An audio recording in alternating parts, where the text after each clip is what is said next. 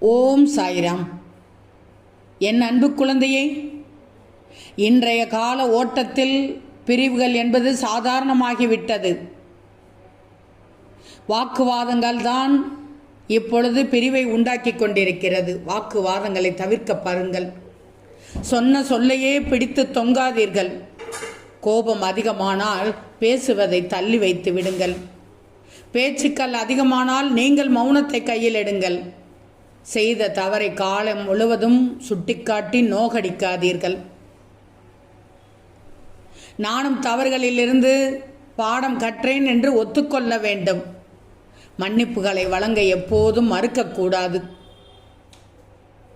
உங்கள் வீட்டிற்கு வந்திருக்கும் விருந்தினர்களை மனமகிழ வரவேற்க பழக வேண்டும். நன்றிகளை கூற நொடி நேரமும் காலதாமதம் செய்யக்கூடாது. ஒரு நாளில் ஒரு முறையேனும் ஒன்றாக அமர்ந்து உணவு அருந்த வேண்டும். வெளியில் சென்றால் புன்னகையோடு சொல்லிவிட்டு கிளம்ப வேண்டும். வாழ்க்கையில் கடைபிடிக்க வேண்டிய முக்கியமான ஒன்று. பிரிவுகளாகவே எடுத்துக்கொள்ளக்கூடாது. வாழும் வாழ்க்கையில் பரிவுகள் இருந்தால் பிரிவுகள் சாதாரணமாகிவிடும். ஓம் சாய்ராம்.